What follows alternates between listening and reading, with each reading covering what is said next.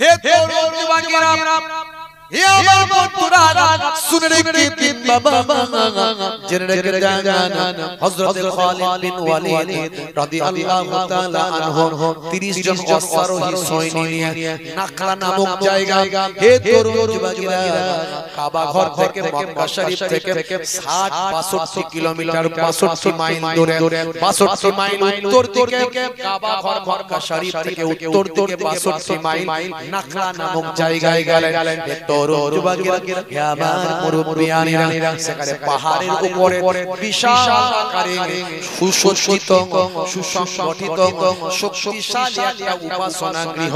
সেই উপাসনা গৃহটার নাম হলো উজ্জার উপাসনা গৃহ।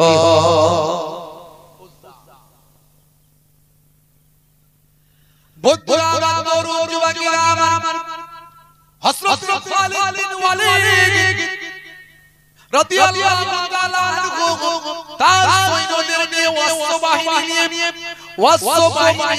ঘোড়ার বাহিনী নিয়ে বীর বিক্রমে উলঙ্গ তলোয়ার নিয়ে সোজা পাহাড়ের উপর উঠে গিয়ে উজ্জার উপাসনা গৃহে ঢুকলেন। তরুণ যুবকেরা, হে আমার মুরব্বিয়ানেরা, সেখানে যারা পণ্ডিতেরা ছিল, ধর্মগুরুরা ছিল, ভাই আমার, হে তরুণ যুবকেরা, স্থূলাকৃতি ধর্মগুরুরা তারা বুঝতে পারল, কে তুমি? দাঁড়াও। বলে আমি হলাম খালিদ, ওয়ালিদের পুত্র। বলে কি চাই আমাদের উজ্জার কাছে? কি চাই? হে তরুণ যুবকেরা, বলে উজ্জার কাছে আমাদের কিছু চাই না। এই উজ্জা হলো জড় পদার্থ, এ কখনো স্রষ্টা নয়, খোদা নয়। শুনে রেখে দাও, ইসলামী রাজ কায়েম হয়েছে, আল্লাহর নবী রাষ্ট্রপতি হয়েছে মক্কার জমিনে। যত ওই সমস্ত জড় পদার্থ যাদেরকে মানুষ খোদা বলতো, সেগুলো সব সংশপ্ত হয়েছে। এই উজ্জার কোনো ক্ষমতা নাই, এটা মানুষের কাছে আমি প্রচার করব। তোমরা বলো, উজ্জার নাকি অনেক ক্ষমতা, উজ্জার সঙ্গে বিয়াদবি করলে সে ধ্বংস হয়ে যাবে। আমি উজ্জার সঙ্গে উজ্জাকে ধ্বংস করে আমার কোনো ক্ষতি হবে না, পৃথিবীর মানুষকে দেখিয়ে দেব।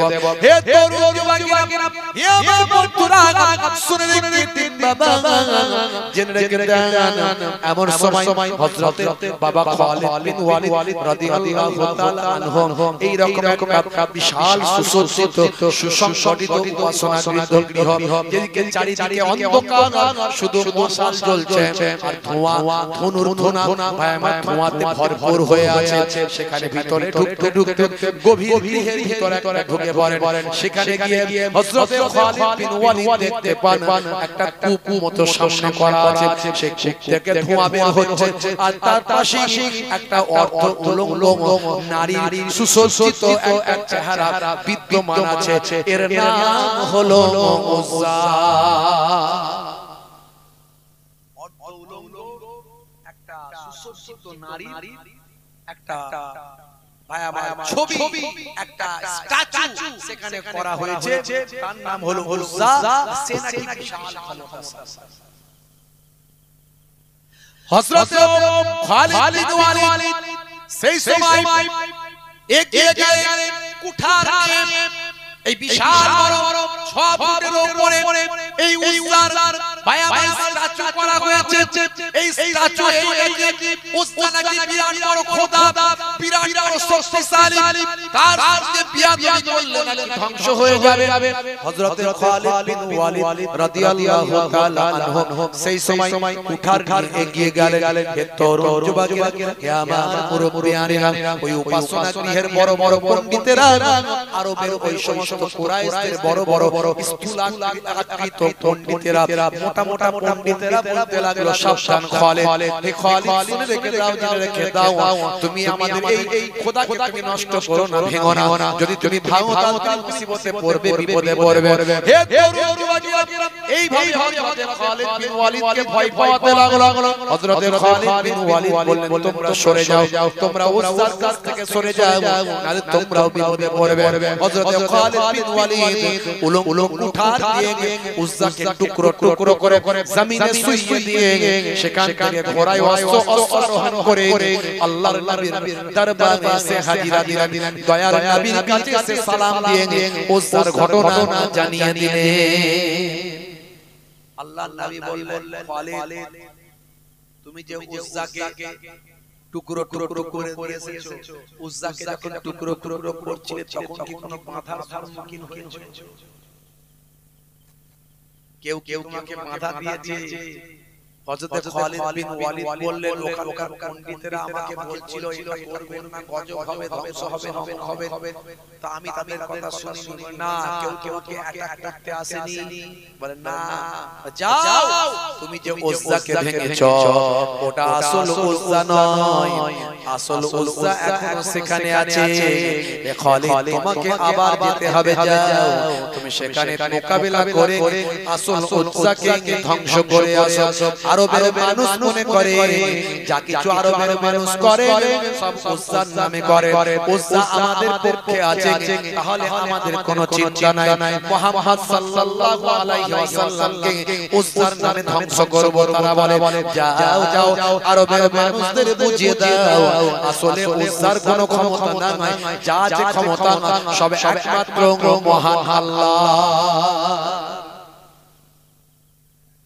হে তরুণ যুবকেরা, হে আমার বন্ধুরা, শুনে রেখে দিন বাবা, জেনে রেখে দেন আল্লাহর নবীর নির্দেশ পেয়ে আল্লাহর তলোয়ারি সাইফুল্লাহ আবার 30 জন সৈন্য নিয়ে অশ্বারোহী আরোহী সৈন্যদের নিয়ে তড়িৎ গতিতে ছুটতে লাগলেন। চল 65 মাইল পার করে সেই পাহাড়ের উপরে উঠে বলে নাখলা পর্বতে, ওই নাখলা পর্বতের উপরে সেই সুসজ্জিত সেই বাবা বিশাল বড় উপাসনা গৃহের ভিতর প্রবেশ করলেন। এবারে ভাই আমার ওই সমস্ত পণ্ডিতেরা বুঝতে পেরেছেন যে এবার মনে হয় আসল উজ্জাকে ধ্বংস করতে এসেছে। এবার তারা তলোয়ার দিয়ে বাধা দিল, কিন্তু এই স্থলক্রান্ত ভাই আমার স্থূলকৃত এই মোটা মোটা চেহারার পণ্ডিতেরা আল্লাহর তলোয়ারের সামনে কি দাঁড়াতে পারে? বাবা কচুচটা হয়ে গেল, কেউ পালিয়ে গেল। হে তরুণ যুবকেরা, যারা বাধা দিতে এসেছিল তারা ধ্বংসপ্রাপ্ত হলো, পালিয়ে গেল। আল্লাহর সাইফুল্লাহ আল্লাহর তলোয়ারি হযরত খালিদ বিন ওয়ালিদ রাদিয়াল্লাহু তাআলা আনহু সেই সময় তার ভাই আমার উলুম তরবারি নিয়ে ঢুকে পড়লেন। আরো গভীরে গেলেন, চারিদিকে অন্ধকার ভয়ঙ্কর পরিবেশ। হে তরুণ যুবকেরা, হে আমার মুরব্বিয়ানেরা, অন্ধকারাচ্ছন্ন মশাল জ্বলছে, চারিদিকে ধোঁয়ার কুণ্ডলিকায় ভরে উঠেছে, চারিদিকের পরিবেশটা অত্যন্ত ভয়ঙ্কর পরিবেশ। ভাইরা আবার আরো গভীর রুমের মধ্যে চলে গেলেন, গভীর গৃহের মধ্যে সেখানে পৌঁছাতে গিয়ে দেখেন আবার একটা 6 ফুট লম্বা কম বেশি একটা বিশাল বড় উজ্জার চেহারা। আগে ওই চেহারার মতোই দেখতে সুশ্রীভাবে সাজানো হয়েছে, আলতোভাবে পোশাকটা দেওয়া হয়েছে, অর্ধলঙ্গ অবস্থায় নারী দেহটা তৈরি করা হয়েছে। কি সুন্দর দৃষ্টি নিয়ে তাকিয়ে আছে, যেন ভয়ঙ্কর আকৃতি, কাউকে অ্যাটাক করবে কিংবা তাকে সে গ্রাস করে নেবে, এইভাবে তাকিয়ে আছে। হে তরুণ যুবকেরা, হযরত খালিদ বিন ওয়ালিদ উলঙ্গ কোঠার গিয়ে গেলেন। এমন সময় দেখতে পাওয়া যায় উলঙ্গ কোঠার যখন চালাতে যাবে, পেছন দিক থেকে একটা ভয়ঙ্কর জিন এসে হাজির হয়ে যায়। ভয়ঙ্কর জিন, তার চেহারা থেকে যেন আলো ঝরে ঝরে পড়ছে, চেহারা থেকে যেন রক্ত ঝরে ঝরে পড়ছে, চোখ যেন ঠিকরে বের হয়ে আসছে। হে তরুণ যুবকেরা, হযরত খালিদ বিন ওয়ালিদকে বললেন সাবধান হয়ে যাও, তোমার এত বড় কথা তুমি উজ্জার শরীরে আঘাত করতে এসেছো। হে তরুণ যুবকেরা, আমি তোমাকে ধ্বংস করে দেব। এইভাবে ভয়ঙ্কর আকৃতি নিয়ে আল্লাহর সাইফুল্লাহ আল্লাহর তলোয়ারি হযরত খালিদ বিন ওয়ালিদকে বলেন। এমন গম্ভীর আওয়াজ ছিল, ভয়ঙ্কর পরিবেশ ছিল, যে কোনো মানুষ ভয় পেয়ে যাবে। কিন্তু আল্লাহর তলোয়ারির সামনে কথা বললে পৃথিবীর কোনো মানুষকে আল্লাহর তলোয়ারি ভয় পায় না, সাইফুল্লাহ কখনো ভয় পায় না, হযরত খালিদ বিন ওয়ালিদ কখনো ভয় পায় না। সেই সময় হযরত খালিদ বিন ওয়ালিদ আল্লাহর নাম নিয়ে ওই উলঙ্গ তলোয়ার দিয়ে যে কচুকাটা করে দিলেন। দেওয়ার পর কোঠার দিয়ে ওই উজ্জাকে ধ্বংস করে মাটির সঙ্গে মিশে ভাই আমার আরোহণ করে আল্লাহর নবীর দরবার শরীফে হাজির হলেন। দয়ার নবীকে সব কিছু খুলে বললেন। সেদিন থেকে পৃথিবীর চরিত্র থেকে, পৃথিবীর জমিন থেকে এই মানুষ তৈরি করা সস্তা ধ্বংস হয়ে গেল।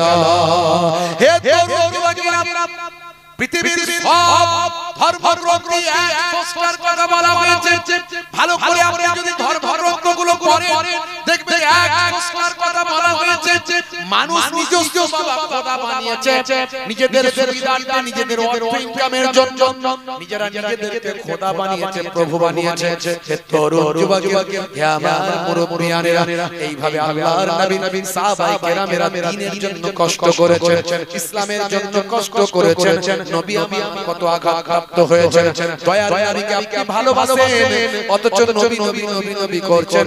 নবীর দেওয়া নামাজ আপনি পড়েন না। আপনি যদি নামাজি হয়ে যেতেন তাহলে আপনি মদখোর হতে পারতেন না, সুদখোর হতে পারতেন না, জিনাখোর হতে পারতেন না। আপনার নামাজ আপনাকে মদ খাওয়া থেকে বাঁচাতো, আপনার নামাজ আপনাকে সুদ খাওয়া থেকে বাঁচাতো, আপনার নামাজ আপনাকে জিনাখোর থেকে বাঁচাতো, আপনার নামাজ আপনাকে লটারি খোর থেকে বাঁচাতো, আপনার নামাজ আপনাকে চুরি করা থেকে বাঁচাতো। নামাজ আপনাকে অন্যায় থেকে বাঁচাতো। ইন্না সালাতা তানহা আনিল ফাহশাই ওয়াল মুনকার, নিশ্চয় নামাজ তোমাকে অশ্লীলতা অন্যায় থেকে রক্ষা করবে। জোরে বলুন সুবহানাল্লাহ। কয়েকদিন আগে লাল কেল্লায়, দিল্লির লাল কেল্লা, কয়েকদিন আগে দিল্লির লাল কেল্লায় 1 কোটি টাকা মূল্যের ভাই আমার ওই ডায়মন্ড আর বিভিন্ন স্বর্ণ দিয়ে তৈরি করা ওই কলসি চুরি হয়েছিল। আপনারা খবর জানেন কিনা জানি না, কয়েকদিন আগের কথা বলছি, লাল কেল্লা থেকে চুরি হয়েছিল। হে তরুণ যুবকেরা, ওই লাল কেল্লায় জৈনদের জৈন সম্প্রদায়ের সভা ছিল, সভা। জৈন সম্প্রদায়ের মানুষেরা তারা লাল কেল্লার ভিতরে একটা সভা করছিল, ধর্মীয় সভা করছিল। আর তাদের এই জৈন সম্প্রদায়ের মানুষদের মধ্যে এই কলস এই কলসি নিয়ে বিভিন্ন রকম উপকরণ নিয়ে তারা কাজ করে। হে তরুণ যুবকেরা, এগুলো ধর্মের উপকরণ মনে করে। তাদের মধ্যে থেকে ধনী ধনী ব্যক্তি বা আমার যারা কোটি কোটি কোটি কোটি টাকার মালিক, এই রকম ব্যক্তিরা জৈন সম্প্রদায়ের মানুষ, তারা এই সময় লাল কেল্লা তাদের ওই কোটি কোটি টাকার মালগুলো নিয়ে এসে হাজির করে। এরই ফাঁকে জৈন সম্প্রদায়ের মধ্যে কোন একজন নাটক করে, কোন একজন ভাই আমার ওই জৈন সম্প্রদায়ের ভাই আমার ওই রকম লেবাস ধরে আর 1 কোটি টাকা ওই কলসিটা চুরি করে নিয়ে চলে গিয়েছিল। ধর্ম কর্ম করতে এসে চুরি করে নিচ্ছে। এই মাঝে মাঝে মসজিদে জুতো চুরি হয় না, হয় না? নামাজি তো চুরি করে না, চোর নামাজি সেজে চুরি করে। যে প্রকৃত নামাজি হবে সে চুরি করতে পারবে না। ভালো ভালো দামি দামি 1000 2000 3000 টাকা দাম নামাজিরা নামাজ পড়তে যায়, নামাজের জন্য জানো, নামাজের মহব্বত, ও জুতো আমার রইল, চুরি হোক আর যাই। চোর ওই স্থানে থাকে, পেছনের কাতারে দাঁড়াবে, সবচেয়ে শেষে ঢুকবে, দেখবে কাল কতটা দাম বেশি, আগে বেরিয়ে ফট করে নিয়ে হাওয়া।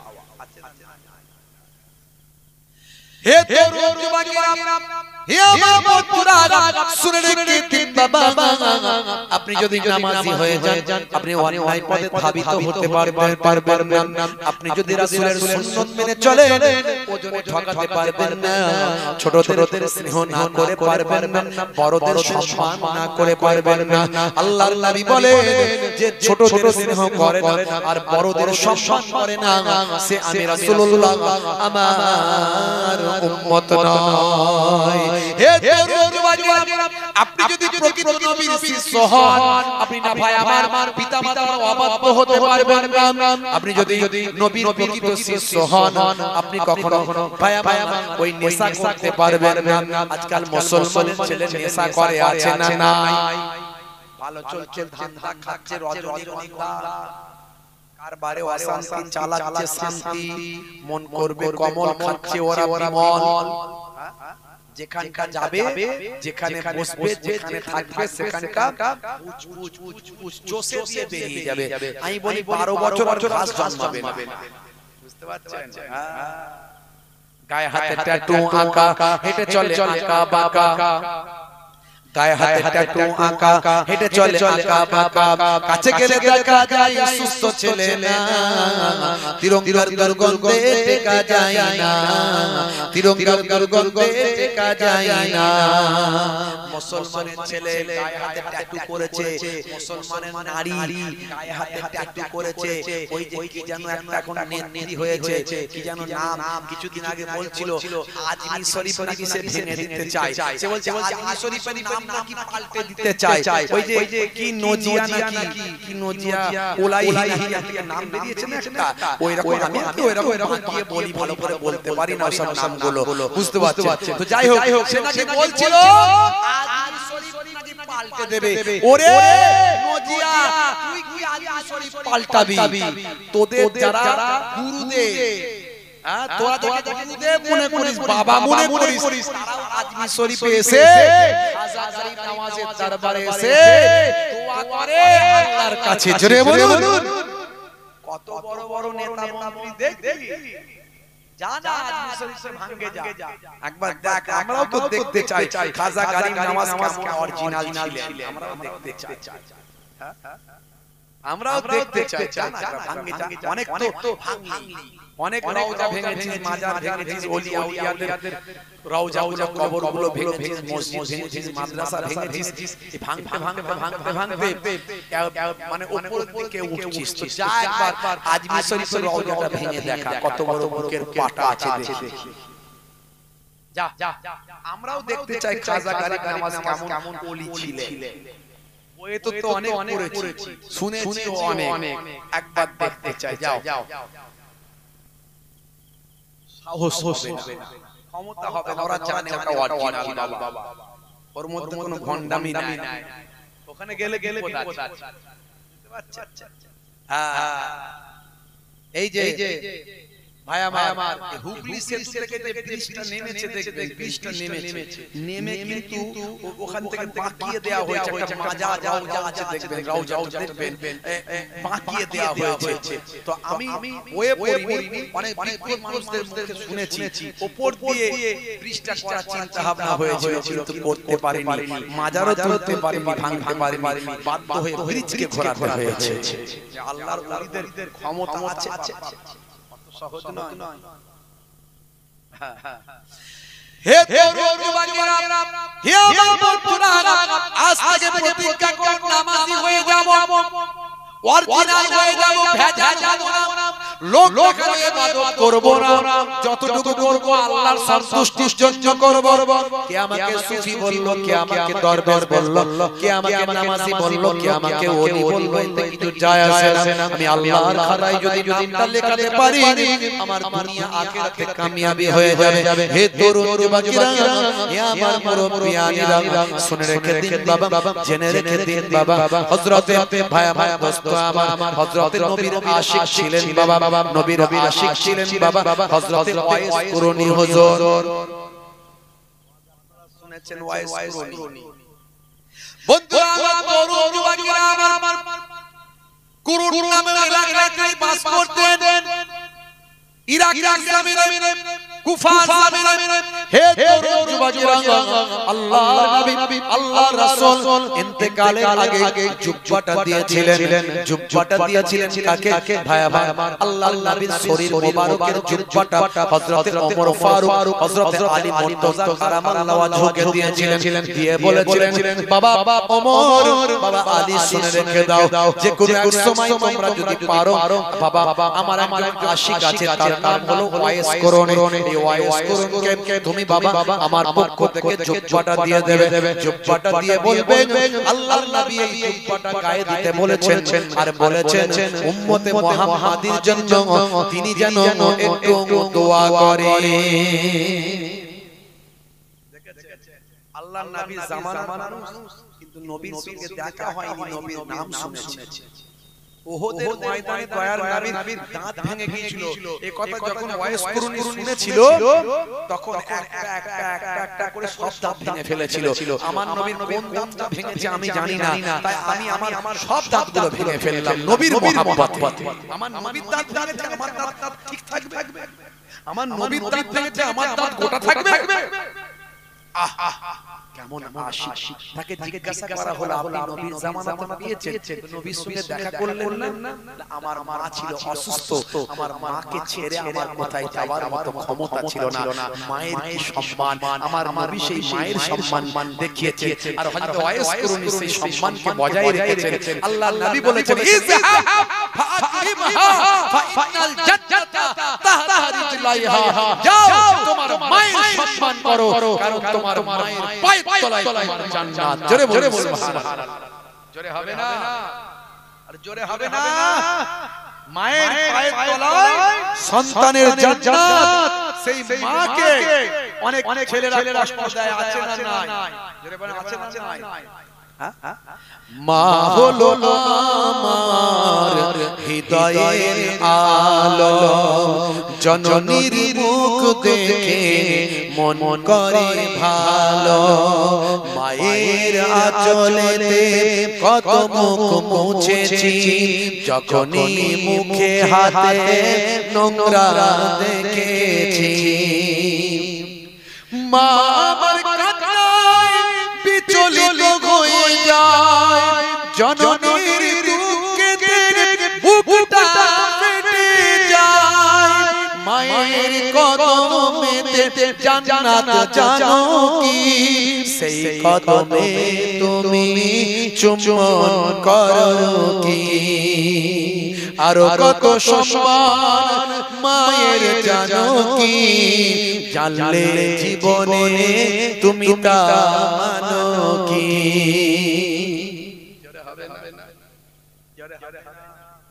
মাকে কষ্ট দেবেন না বাপ যতই নামাজ রোজা দিন ধর্ম সৎ মাকে যদি কষ্ট দেওয়া দেন বাপ সব বরবাদ হয়ে যাবে সবটা নষ্ট হয়ে যাবে নবীর সাহাবী হযরত আলকামা রাদিয়াল্লাহু তাআলা আনহু নবী পাকের সাহাবী হযরত আলকামা রাদিয়াল্লাহু তাআলা আনহু বুঝতে পারছেন সাহাবী নবী পাক এই কষ্ট হচ্ছে আপনাদের হ্যাঁ হতে শেষ করে দেব জোরে শেষ করে দেব আচ্ছা কারা কারা চার হাত তুলে দেখানো দেখি এত মানুষ চাই না যখন শেষ করে দিই আমি বলেছি কারা কারা চার হাত তুলে এত মানুষ হাত তুলে দিয়েছে ঝুঁকে ঝুঁকে যাচ্ছে মা ছিল এক গো আলকামা সাহাবীর বড় ভালোবাসতো পুত্র মোর বেনাজির মায়ের হৃদয়ে ব্যথা লেগে যায় যখনই মা বলে প্রভু আমি তার জননী জোরে হবে না এখন সব অনেক সৃষ্টি বেরিয়েছে বুঝতে পারছো কি যে শিল্পীরা মাঝে মাঝে লেখে আমার ভাই কিছু ঢোকে না লিখতে হবে সঠিক আমি কোন শিল্পী নয় আচরা একটু কবি আর যা হয় নিজেই বলি আমারই লেখা আমি গাই ও কারো কাছে পাবেন না ভাঙা চোরা একটু কবি বলতে পারে সময় পেলে দু চার কলম চালায় এখন সব শিল্পী বেরিয়েছে সব কত রকমের কি যে লিখছে মানে ওই জানে না যে গাইছে তার দোষ আমি দিচ্ছি না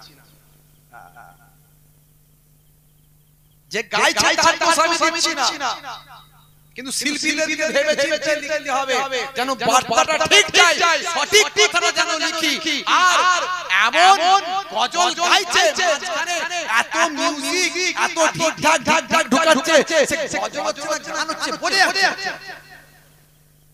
কথা ঠিক বলে কি অবস্থা এ আল্লাহর জিকির করছে এমন করছে যেন মিউজিক বাজছে কি রে ভাই ছেলে খেলামি হচ্ছে নাকি আল্লাহ জিকির নিয়ে কি রে ভাই পরিষ্কার হবে আল্লাহ বল ঠিক আছে মজা হচ্ছে কোরআন হাদিস নিয়ে মজা হচ্ছে না চলবে না বাবা চলবে গজল লিখে দিল যিনি গাইছেন তার কথা আমি বলছি না গাওয়ার সময় হয়তো অনেকে বেখেয়াল হয়ে গিয়ে দিতে পারে গজল লিখে দিল দুই কে দুই সাহাবী হায় মাঝখানে আমার নবী জিন্দা শুয়ে রয় ওরে ও মাটি মদিনার মাটি ওরে ও ভূমি মদিনার ভূমি বলছেন না দুই দিকে দুই সাহাবী হায় মাঝখানে আমার নবী জিন্দা শুয়ে রয় যিনি গাইছেন তার আমি কথা বলছি না যিনি লিখছেন তার উপর আমার কথা আল্লাহর নবী সাহাবী দুই দিকে দুজন আছে না একদিকে আছে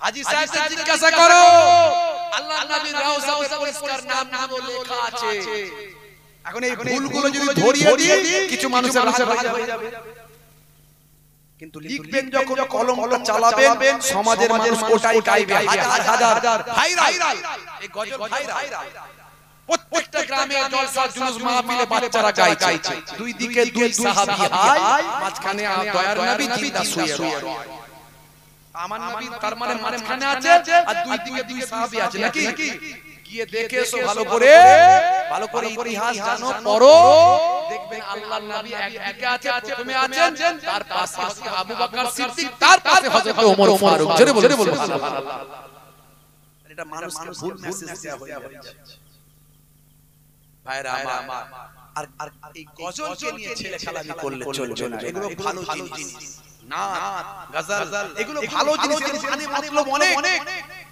এই দু লাইনে অনেক বড় ব্যাখ্যা আল্লাহর নবী কবিতা পছন্দ করতেন শায়ের পছন্দ করতেন আবার কিছু মানুষ আছে আবার গজল শায়ের কবিতা নাতের বিরোধিতা করে দেখবেন যারা বিরোধিতা করছে স্টেজে উঠে নাত গজলের তারা কিন্তু আবার গাইতে পারে না বিরোধিতা করে তারা গাইতে পারে না বলে বিরোধিতা করে কিন্তু তারা কে বিরোধিতা করলো কে বললো দেখার দরকার নাই কোরআন হাদিস অনুযায়ী শাস্ত্র হলে চলবে না হলে চলবে না পরিষ্কার কথা আমার দলিল কোরআন হাদিস আমার নবী নিজে কবিতা পছন্দ করতেন নিজে শায়ের ভালোবাসতেন আল্লাহর নবীর অনেক শায়ের ছিল যারা কুফারে কুরাইশের শায়েরদের সঙ্গে ডিবেট করত কবিতার মাধ্যমে আল্লাহর নবীর বিখ্যাত একজন শায়ের ছিলেন তাকে বলা হলো শায়েরুর রাসূল তার নাম হলো সেই সাহাবী হুজুরের নাম হলো হযরত হাসান বিন সাবিত রাদিয়াল্লাহু তাআলা আনহু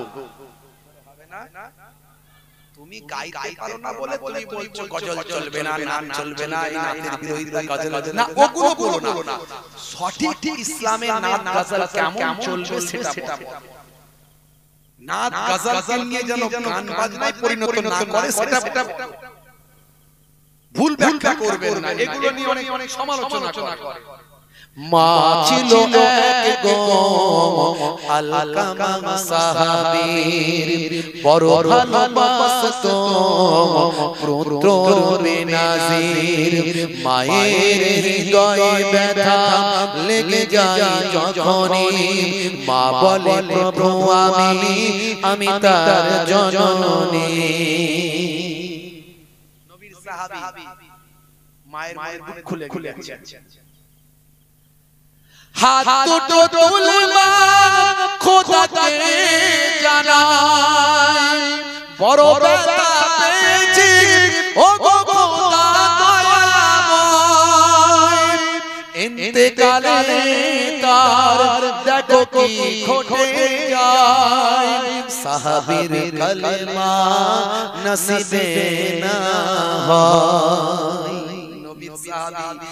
মায়ের দুঃখ খুলে গেছে ইন্তেকালের সময় কালেমা নসিবে হয় না এ তরুণ যুবকেরা আমার আপনার নবী যখন খবর পেলেন জানতে পারলেন মায়ের মনে দুঃখ আছে যাও ওই মাকে গিয়ে বলো ক্ষমা করতে মাফ করতে মা বলল আমার বড় কষ্ট আমি মাফ করতে পারবো না নবীকে আমার সালাম দিও হে তরুণ যুবকেরা আল্লাহর নবী বললেন তাহলে আমার সাহাবীর জীবনটা বৃথা জীবনটা বরবাদ যাও জঙ্গল থেকে কাঠ কেটে নিয়ে এসে আমার সাহাবীকে জ্বালিয়ে দিও এই খবরটা যখন মায়ের কানে খবরটা গেল মা বলল না আমার সন্তানের এই কষ্ট আমি সহ্য করতে পারবো না আরে জননী মায়ের তুলনা হয়নি আর হবে না সেই সময় মা বলল যাও আমি আমার সন্তানকে ক্ষমা করে দিলাম জোরে হবে না আরে জোরে হবে না আরে জোরে হবে না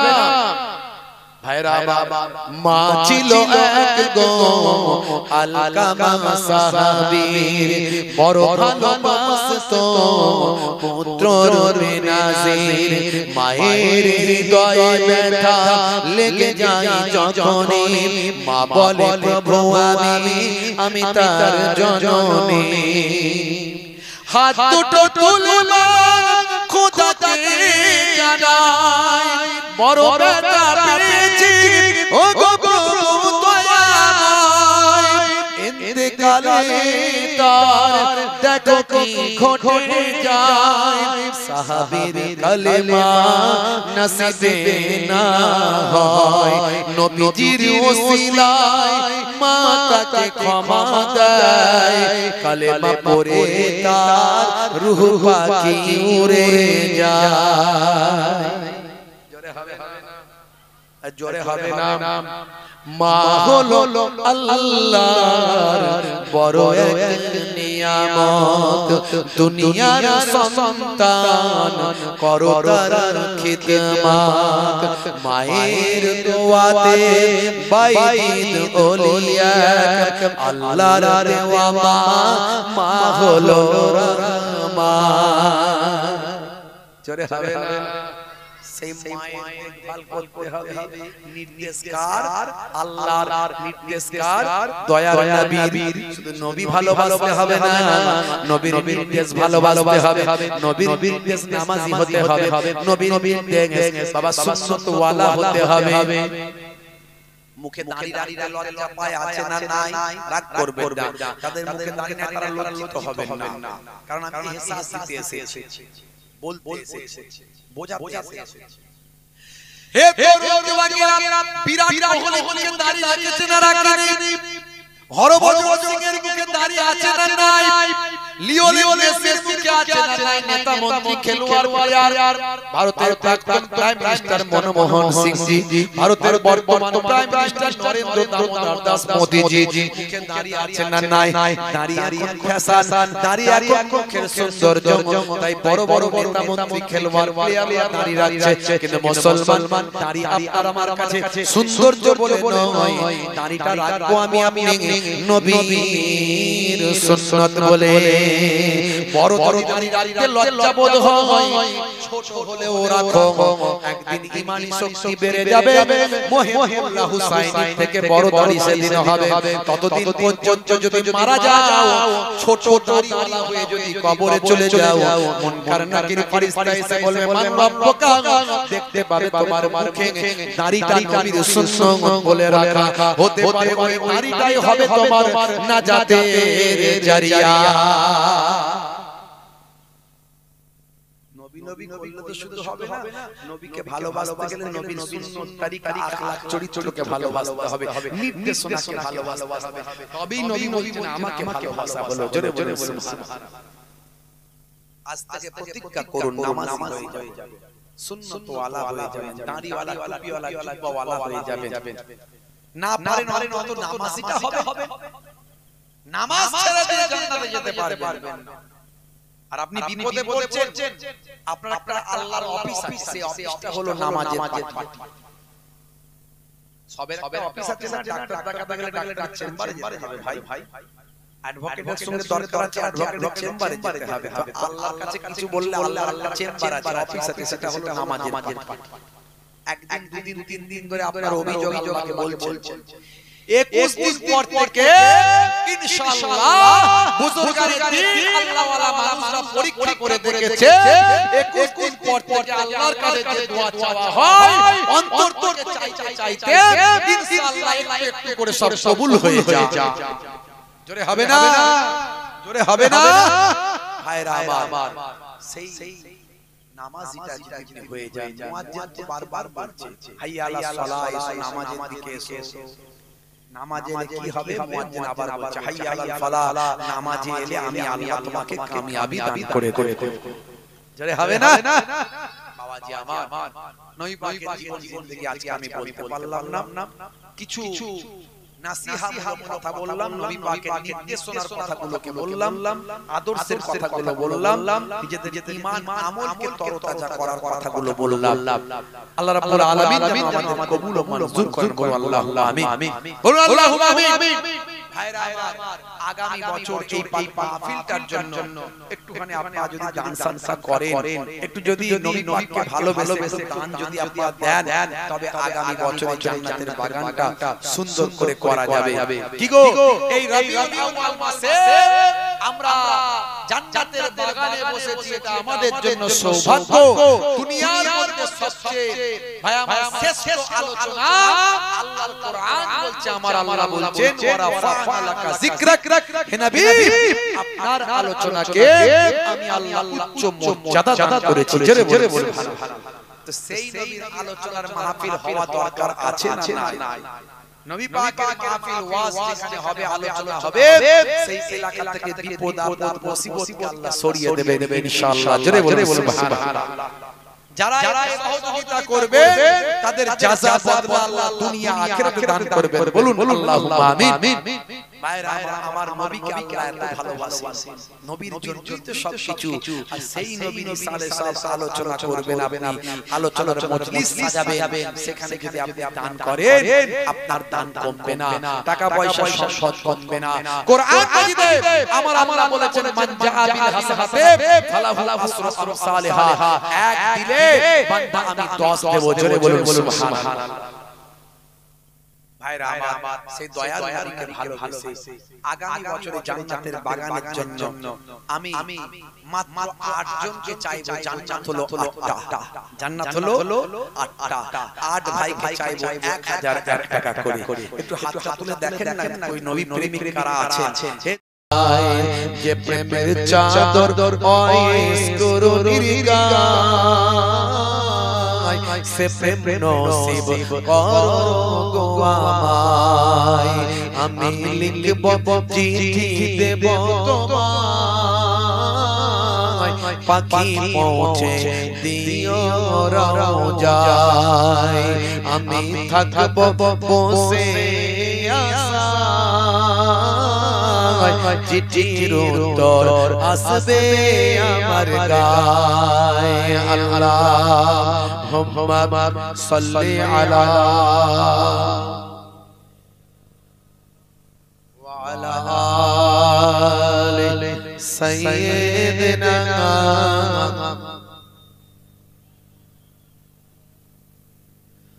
وقال الله تعالى في كلامه المجيد والفرقان الحميد، ما خلقت الجن والإنس إلا ليعبدون.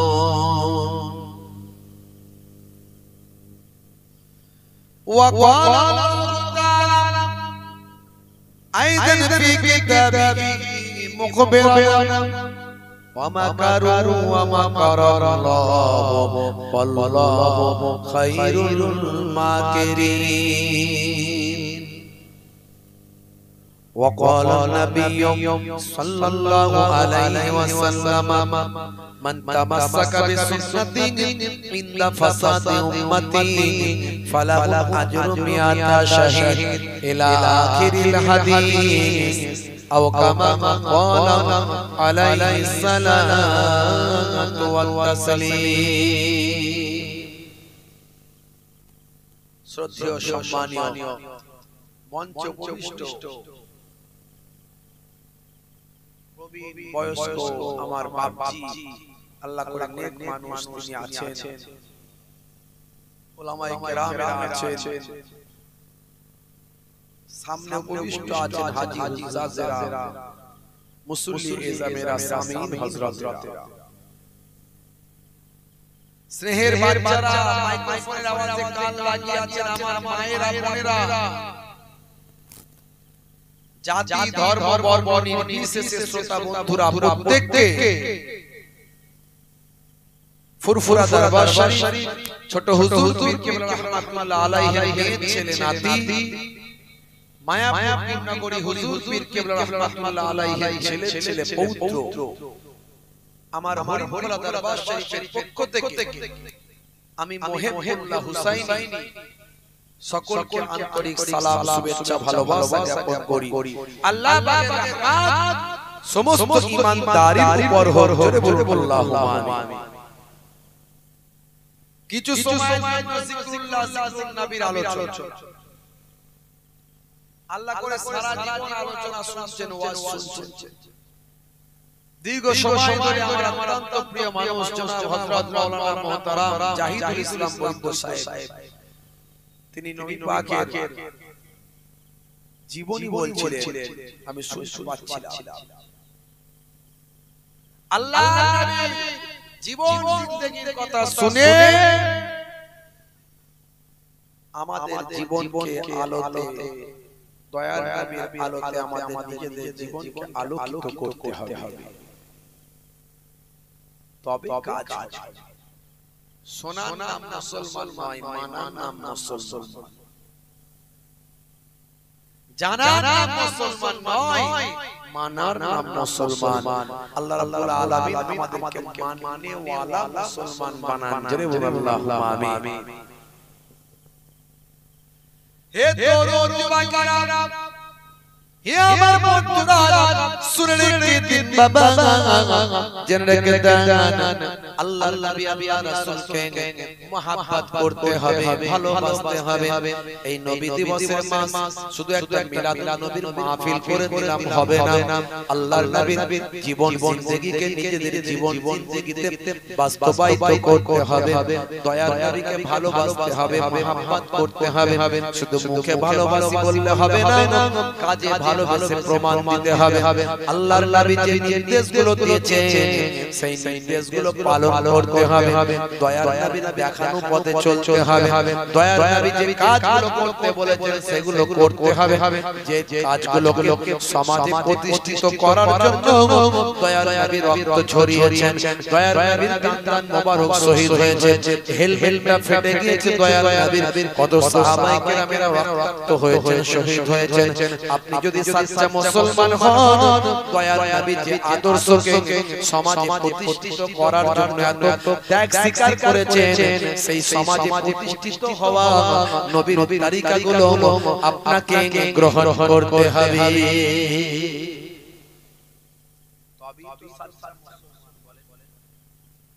নবী ভালোবাসি, নবী ভালোবাসি, নবীর জন্য জীবন দিতে পারবো, অথচ নামাজও পড়েন না, নবীর একটা সুন্নত নাই, এর নাম মুসলমান নয়, নবী প্রেম নয়।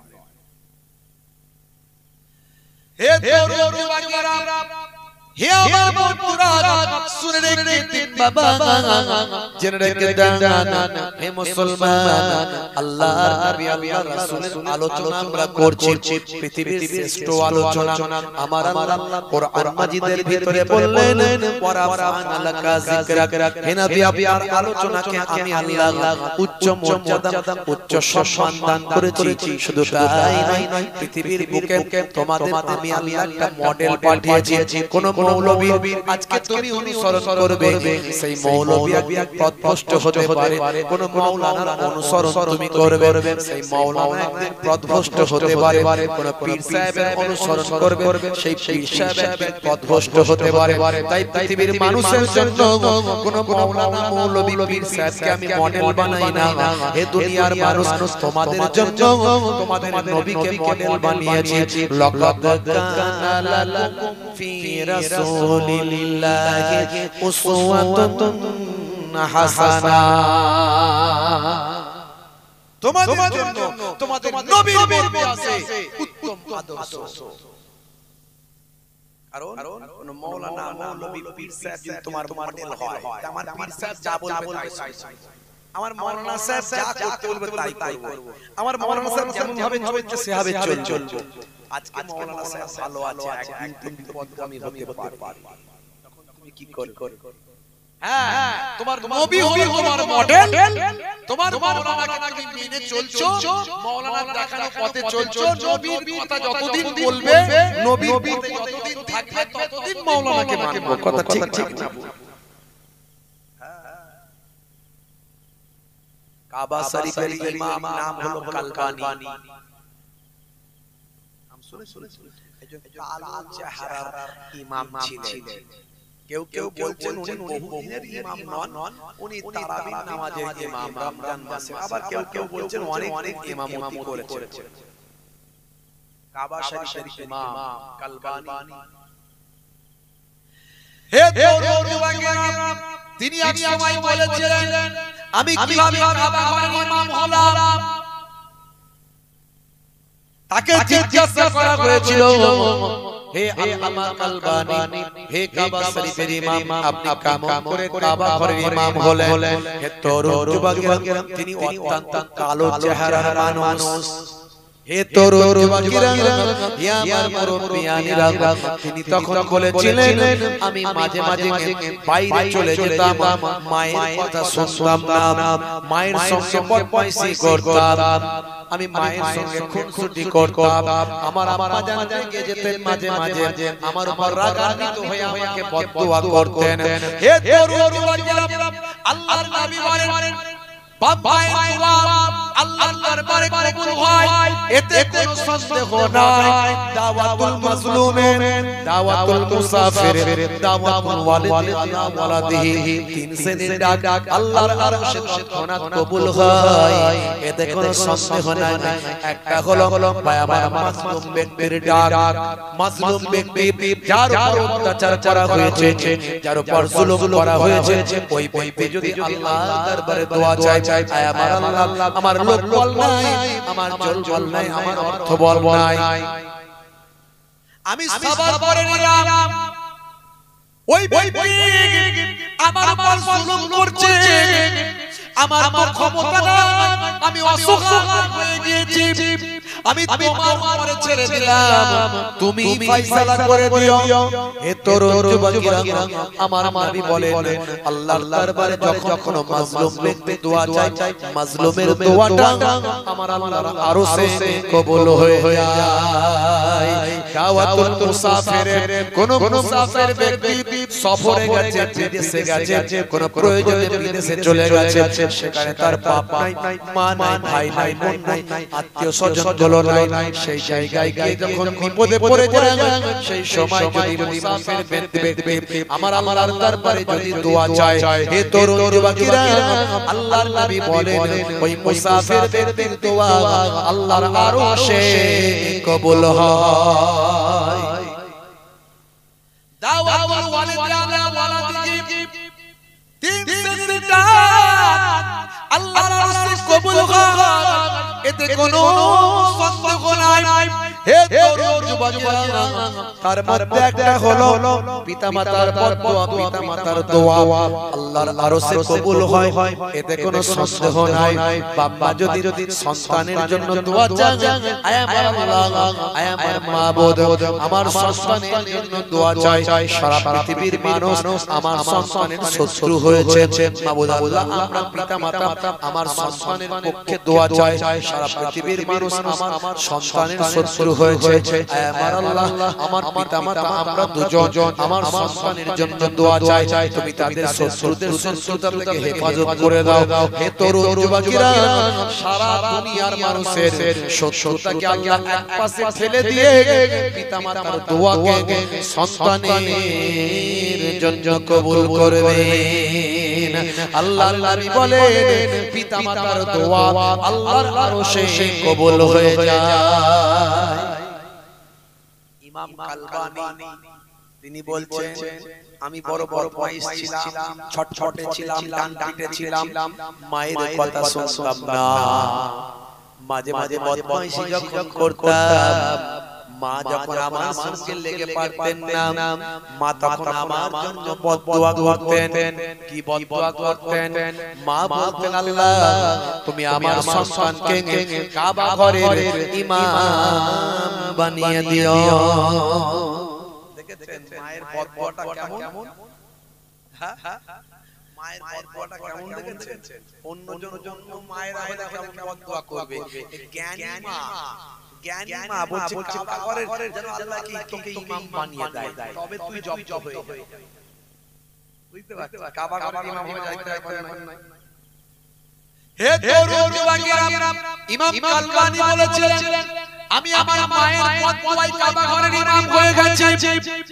হে তরুণ যুবকেরা, কিন্তু বড় বড় ব্যক্তিরা, আলেম ওলামারা, বড় বড় যারা বিশেষজ্ঞ, তারা বলছেন তিনি বেশি দিনের ইমাম ছিলেন না, মাত্র রমজান মাসে বায়ামাত তারাবির নামাজের ইমাম ছিলেন। আর যাই হোক, কাবা ঘরে কিছুদিন হলো তিনি করেছেন, কিন্তু তার পদস্খলন কেমন ভাবে হলো ভাই আমার দোস্ত আমার, ইন্টারনেট সার্চ করলে পাবেন কাবা ঘরের ইমাম, এই কালো ইমাম, কালো চেহারার ইমাম, ইমাম কালবানি, তিনি কখনো সিনেমাতে অভিনয় করছেন, বলুন নাউজুবিল্লাহ। তিনি কখনো ভাই আমার নায়ক গায়কদের মতো ভাই আমার বিভিন্ন অ্যাড কোম্পানির সঙ্গে যুক্ত হয়ে অ্যাড করছেন। শুধু তাই নয়, এমন কি জুয়ার আসরে তাকেও দেখা গেছে। বর্তমানে তিনি আর কাবা ঘরের ইমাম নাই। তাহলে মনে রাখবেন যে কোন সময় যে কারো পদস্খলন হতে পারে না। এই জন্য আমার আল্লাহ তাআলা পৃথিবীর কোন মানুষকে কোন মানুষের জন্য মডেল বানালেন না। হে যুবকেরা, আমার পৃথিবীর কোন মাওলানাকে সারা পৃথিবীর মানুষের জন্য মডেল বানালেন না।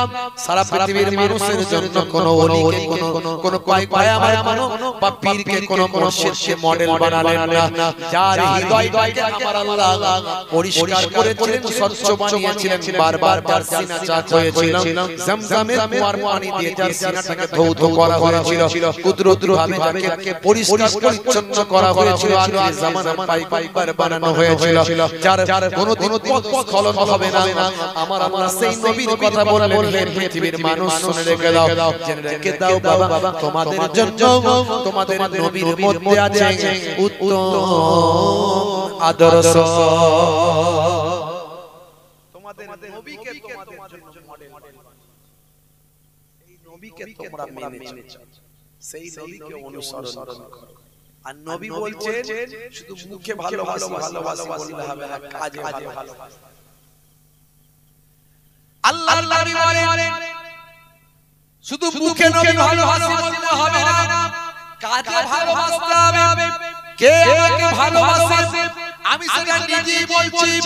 হে তরুণ যুবকেরা, আল্লাহর নবী বলেন মান আহাব্বা সুন্নতি ফাকাদ আহাব্বানি ওয়া মান আহাব্বানি কানা মাই ফিল জান্নাহ।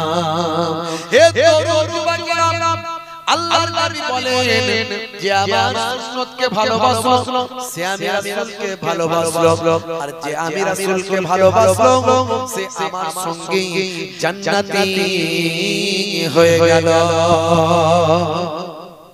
জোরে হবে না, জোরে হবে না। নবীর সুন্নাত, নবীর তরিকা ভালোবাসতে হবে সবচেয়ে বেশি, তবেই আপনি নবীকে ভালোবাসা। নবী নামাজ পড়েছেন না ছেড়েছেন? জোরে বলে।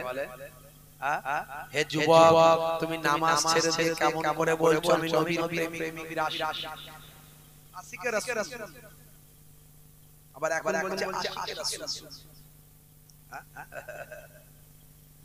যা করে সব ভুল, আর নিজের পরিচয় দেয় আশিকে রাসূল। নবীর জীবন জিন্দেগি মাথা থেকে পা পর্যন্ত পাওয়া যায় না, আবার নাম দিয়েছে আশিকে রাসূল। আশিকে রাসূল হলে বলতে হয় না, লোকে বলে, আপনাকে পরিচয় দিতে হবে। ছোট হুজুর কেবলা আশিকে রাসূল ছিলেন, রাসূলের কথা বলতে বলতে তুমি কাঁদো তো দেখি। যারা কাঁদে ওয়াজ করতে দোয়া চাইতে ভাবছো তারা কি ওই নাটক করেছে, ভাবছো অত সহজ অন্তত তাদের সাদা হয়ে গেছে, তাই তাই চোখ পানি বলছে। কাঁদা সহজ ব্যাপার নয়, কাঁদা সহজ ব্যাপার নয় ভাইরা আমার। হে তরুণ যুবকেরা, হে আমার বন্ধুরা, শুনে রেখে দিন বাবা, জেনে রেখে দেন হে মুসলমান, আপনি নবী পাককে ভালোবাসেন। নবী পাক সারাটা জীবন নামাজের জন্য জিহাদ করেছেন, কষ্ট পেয়েছেন, সারাটা জীবন নামাজকে প্রতিষ্ঠা করার জন্য দয়া নবী আমার কত অত্যাচার জুলুম সহ্য করেছেন। সারা শরীরে রক্ত ঝরেছে নবীর আমার, সারা শরীরটা রক্তাক্ত হয়ে গিয়েছে নবীর আবার তায়েফের মাটিতে আল্লাহর নবী আল্লাহর রাসূল উপর হয়ে পড়েছেন দয়ার নবীর শরীর থেকে রক্ত গিয়ে তার জুতো মোবারকে জমে গিয়ে রক্তটা বসে গিয়েছে হে আমার বন্ধুরা আমার মুরব্বিয়ান শুনে রেখে দিন বাবা জেনে রেখে দেন নবী আমার ইসলামের প্রচারের জন্য নামাজকে প্রতিষ্ঠা করার জন্য কত মহব্বত করেছেন নবী আমার কত ভালোবেসেছেন ইসলামকে প্রতিষ্ঠা করার জন্য কত মহব্বত করেছেন উম্মতের জন্য কত ভালোবাসা দিয়েছেন কত ত্যাগ স্বীকার করেছেন কত অত্যাচারিত হয়েছেন নবুয়ত লাভের পর মক্কার পাশাপাশিরা যখন আমার নবীর উপর আঘাত করা বাড়িয়ে দিল অত্যাচার করা বাড়িয়ে দিল আল্লাহর নবীর কথা যখন তারা শুনতে চাইল না হে তরুণ যুবকেরা চাচা আবু জাহিল আবু লাহাব যখন জুলুম বাড়িয়ে দিল আল্লাহর নবীর আশ্রয়গুলো যখন একে একে বিদায় নিল আম্মা জান খাদিজাতুল কুবরা বিদায় নিল হযরত দাদা মুত্তালিব বিদায় নিলেন হে তরুণ যুবকেরা চাচা আবু তালেব ছিলেন তিনিও বিদায় নিলেন মক্কার কুফারেরা আমার নবীর উপর জুলুম অত্যাচার বাড়িয়ে দিল কেন বাড়ালো নবী আমার সকলকে এক আল্লাহর কথা বলেন জাহান্নাম থেকে বাঁচিয়ে নিয়ে জান্নাতি করতে চায় এরই জন্য তারা জুলুম করতে শুরু করলো হে তরুণ যুবকেরা হে আমার বন্ধুরা আল্লাহর নবী দেখলেন মক্কার মানুষেরা অত্যাচার বাড়িয়ে দিয়েছে মক্কার মানুষেরা হিদায়াত হতে চায় না কিন্তু তায়েফের মানুষেরা তারা তো আমার আত্মীয় স্বজনদের মধ্যে সম্পর্ক মদিনা শরীফে আমার নানার বাড়ি সে নানার বাড়ির সঙ্গে তাদের সম্পর্ক হে তরুণ যুবকেরা আমার আত্মীয়দের মধ্যে সেখানকার সম্পর্ক হয়েছে তিনজন আমার পরিচিত আত্মীয় তিনজন বড় বড় লিডার আছে তাদের কাছে গিয়ে যদি দ্বীনের দাওয়াত দিই তারা যদি দ্বীনের দাওয়াত গ্রহণ করে তাহলে তায়েফের মানুষেরা হিদায়াত প্রাপ্ত হবে হে তরুণ যুবকেরা হে আমার মুরব্বিয়ানেরা শুনে রেখে দিন বাবা জেনে রেখে দিন বাবা আল্লাহর নবী তায়েফের জমিনে গিয়ে ওই তিনজন বিখ্যাত বড় বড় নেতার কাছে যারা শরফের সম্পর্কে আল্লাহর নবীর আত্মীয় হতেন হে তরুণ যুবকেরা তাদের কাছে গিয়ে ইসলামের দাওয়াতটা দিলেন এক আল্লাহর কথা মানতে বললেন লাত উজ্জা মানাতের ইবাদত করতে বললেন আল্লাহ আর নবী বললেন লা তুসামানা এদের আসলে কোনো ক্ষমতা নাই এদেরকে মানুষ তৈরি করেছে আর মানুষ আবার এদেরকে স্রষ্টা বলে আরাধনা করছে আসলে এদের কোনো ক্ষমতা নাই তোমরা লা তুসামানাতে ইবাদত ছেড়ে আল্লাহর ইবাদত করো আল্লাহ বুঝতে পারছেন তখন এই নাত ওজা মানাত এগুলোর উপরে জিন ভর করতো জিন ভর করতো এইজন্য মানুষের বিশ্বাস খুব বেড়ে গিয়েছে বিশ্বাস খুব বেড়ে গিয়েছে